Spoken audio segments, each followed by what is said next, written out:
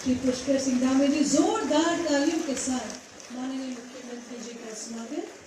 हम सभी के बीच में आदरणीय मुख्य अतिथि महोदय माननीय मुख्यमंत्री जी दून विश्वविद्यालय के इस परिसर में पधार चुके हैं, जिनके कुशल नेतृत्व और अथक प्रयासों से उत्तराखंड का विकास नई ऊंचाइयों को छू रहा है। एक बार पुनः जोरदार तालियां माननीय मुख्यमंत्री जी के लिए और माननीय मंत्रिमंडल के लिए और सभी प्रवासी भाई बहनों के लिए। मैं माननीय मुख्यमंत्री महोदय जी से अनुरोध करूंगी और साथ में विशेष अतिथियों से कि आप दीप प्रज्वलन कर हमारे आज के इस कार्यक्रम का शुभारंभ करने की कृपा करेंगे। हमारे उत्तराखंड के कर्मठ, ऊर्जावान, परम आदरणीय माननीय मुख्यमंत्री जी एवं माननीय मंत्रिमंडल एवं प्रवासी उत्तराखंडी परिवार के समस्त सदस्यों का पुनः हार्दिक स्वागत, अभिनंदन। जोरदार तालियां दीप प्रज्वलन हेतु हम कहना चाहूंगी माननीय मुख्यमंत्री जी को। शुभम करोति कल्याणम आरोग्यम धनसंपदा शत्रु बुद्धि विनाशाय दीप ज्योतिर्नमोस्तुते। शत्रुतापूर्ण भावनाओं को नष्ट करने वाले दीपक के प्रकाश को नमस्कार है, प्रणाम है। दीप ज्योति परम ब्रह्म, दीप ज्योतिर्जनार्दना, दीपो हर्तो मे पापा, दीप ज्योतिर्नमोस्तुते। एक बार जोरदार तालियां दीप प्रज्वलन करते हुए हमारे माननीय मुख्यमंत्री जी एवं माननीय विशेष अतिथिगण।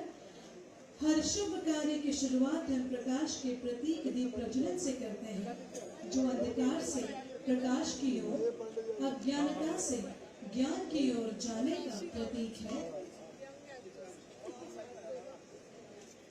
एक बार पुनः जोरदार तालियां।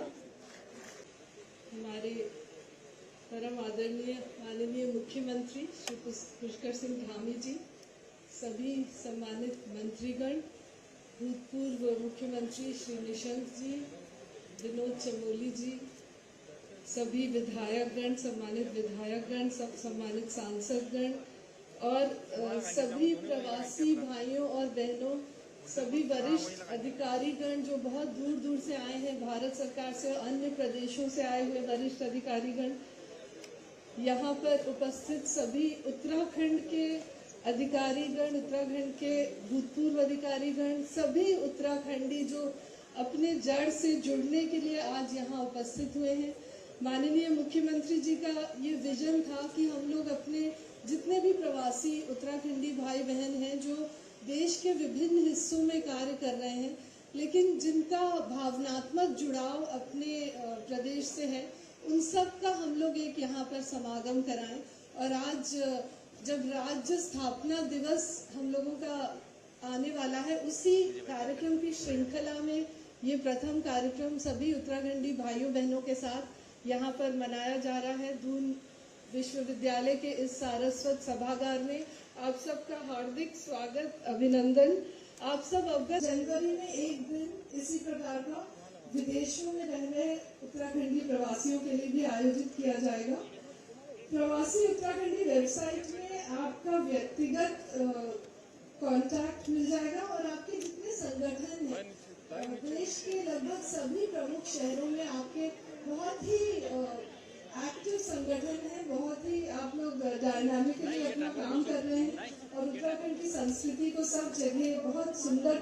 ये पहला इस प्रकार का अनुभव है, पहला कार्यक्रम है और खुशी है मुझे कि इतने सब लोग इतना समय निकालकर यहाँ पहुंचे हैं।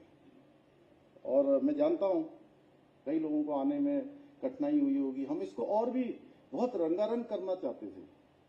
हमारा सांस्कृतिक भी कार्यक्रम था, लेकिन दुखद घटना के कारण से वो नहीं कर पाए और कार्यक्रम भी आगे नहीं कर सकते थे, क्योंकि मैं जानता हूं जब आप लोग एक बार शेड्यूल बना लेते हैं, मैं भी अपना शेड्यूल बनाता हूं या अन्य लोग भी जो भी बनाते होंगे, तो उसको परिवर्तन करना बड़ा मुश्किल होता है। इसलिए ये पहली इस प्रकार का ये विशिष्ट आयोजन हमारे राज्य में हो रहा है और ये एक ऐसा समागम है जहां सभी प्रवासी भाई बहन न सिर्फ राज्य सरकार एवं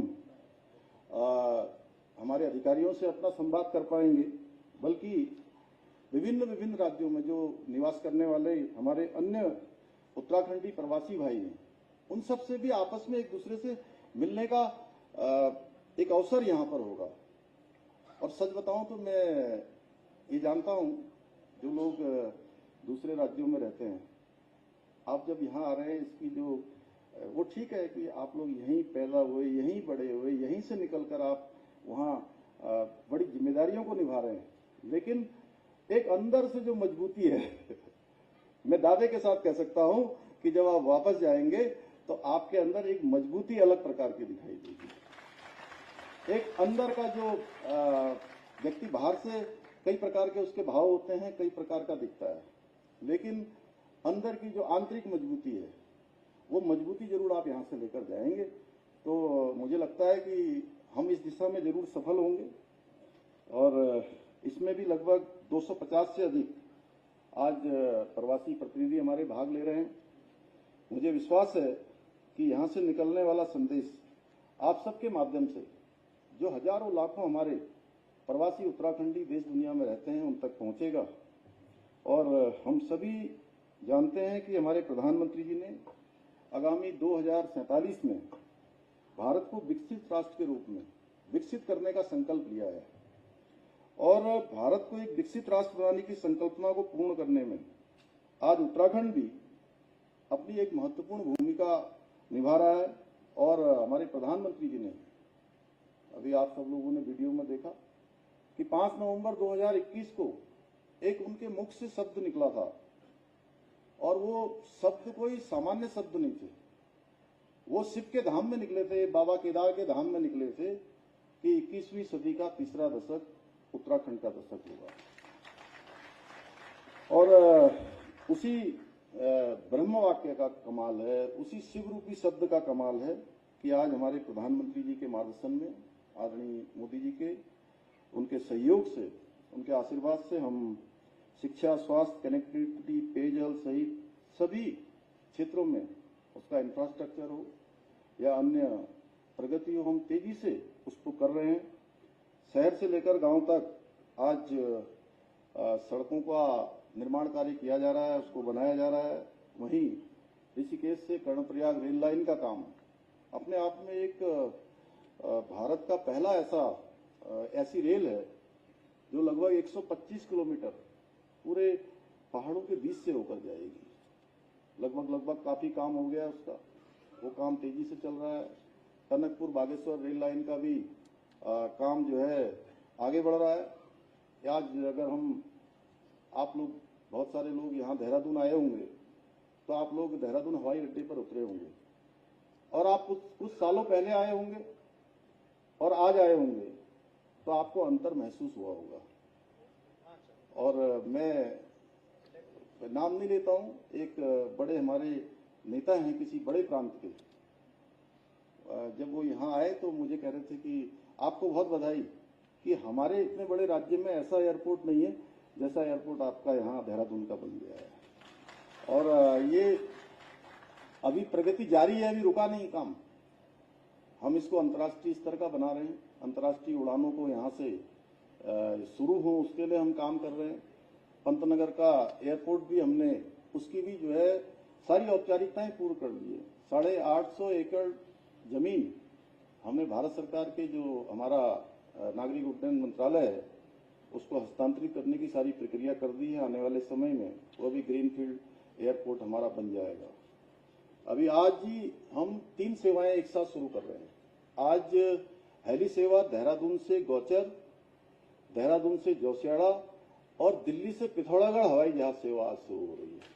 इस कार्यक्रम के बाद मुझे उसी कार्यक्रम में जाना है।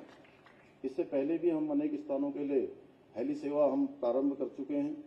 हमारा ऐसा मानना है, चूंकि हमारे यहाँ पर भौगोलिक परिस्थितियां बहुत विषम हैं, हर जगह कनेक्टिविटी अच्छी होनी चाहिए। छोटे छोटे स्थानों पर हम हेलीपोर्ट बना रहे हैं, और जहां भी हमको अवसर मिल रहा है हम हवाई सेवा वहां शुरू कर रहे हैं। आज भी देहरादून से भारत के सभी शहरों के लिए, सभी प्रमुख शहरों के लिए, लगभग 38 से 40 शहरों के लिए हमारे यहाँ से हवाई सेवा प्रारंभ हो चुकी है। जहां नहीं है हम वहां के लिए भी प्रारंभ कर रहे हैं। इसके साथ ही इंफ्रास्ट्रक्चर को मजबूत कर रहे हैं। अभी इन्वेस्टर समिट जब हमने किया था तो उससे पहले पूरी तैयारी करी थी हमने, मुझे जानकारी है, माननीय मुख्यमंत्री जी ने बताया था पिछले दिनों। अभी उसके लिए वो शायद विदेश की यात्रा पर भी गए थे बीच में। तो यहाँ हमने सोचा कि 2-2.5 लाख करोड़ हो जाएगा, और वो भी लास्ट के दिनों में, और पहले का भी ऐसा अनुभव रहा। लेकिन मुझे आप सबको बताते हुए खुशी हो रही है कि इन्वेस्टर समिट के दिन तक हमारे 3,54,000 करोड़ के एमओयू हमारे संपन्न हो गए, और एक बड़ी संख्या में ग्राउंडिंग भी हो गई। आज भी देश दुनिया के लोग जो है उत्तराखंड में आना चाहते हैं, काम करना चाहते हैं। हमने पॉलिसियों में परिवर्तन भी किया, कुछ शिथिलीकरण भी किया, नई पॉलिसियां भी हमने 30 के लगभग बनाई है। इसके पीछे हेतु है कि उत्तराखंड राज्य हिंदुस्तान के श्रेष्ठ राज्यों में हमारी गिनती हो, और उसकी वजह से आज यहाँ बड़ी संख्या में उद्योग लग रहे हैं, रोजगार के अवसर तेजी से बढ़ रहे हैं। साइंस एंड टेक्नोलॉजी के क्षेत्र में भी हम प्राथमिकता से काम कर रहे हैं। प्रदेश के हर जिले में एक साइंस सेंटर की हम स्थापना कर रहे हैं। राजधानी देहरादून में एआई, रोबोटिक, ड्रोन, सेमीकंडक्टर और प्री इंक्यूबेशन लैब की स्थापना के लिए भी हमने यहाँ पर काम किया है। प्रदेश में सभी ब्लॉक्स में स्टेम लैब स्थापित कर रहे हैं। हर प्रकार भाइयों बहनों, हमने ये संकल्प लिया कि हम राज्य के अंदर अब इस काम को आगे नहीं बढ़ने देंगे, इस भ्रष्टाचार को यहीं पर रोकेंगे, हमारे युवाओं के भविष्य के साथ खिलवाड़ नहीं होने देंगे। हमने 100 से ज्यादा नकल माफियाओं के खिलाफ कार्रवाई की, उनको जेल की सलाखों के पीछे भेजा, और हम नकल का कड़ा कानून लेकर आए, और उसका परिणाम हुआ कि पिछले 2.5-3 सालों में राज्य के अंदर हमने 18,500 से भी ज्यादा नियुक्तियों को संपन्न करवा दिया है, और सारी की सारी नियुक्तियां बिना किसी नकल के हुई हैं। कोई विवादित नहीं हुआ, कोई कोर्ट में मामला नहीं गया है, और ये अभियान हमारा आगे भी चलने वाला है, रुकने वाला नहीं है। अगर हम पूरे राज्य बनने से लेकर अब तक की समीक्षा करेंगे तो ये एक बड़ा आंकड़ा है। इसके साथ ही हमने, क्योंकि आप सब जहां भी रहते होंगे, अगर आप कहेंगे कि हम उत्तराखंड के रहने वाले हैं, देवभूमि के रहने वाले हैं, तो आपके प्रति लोगों का भाव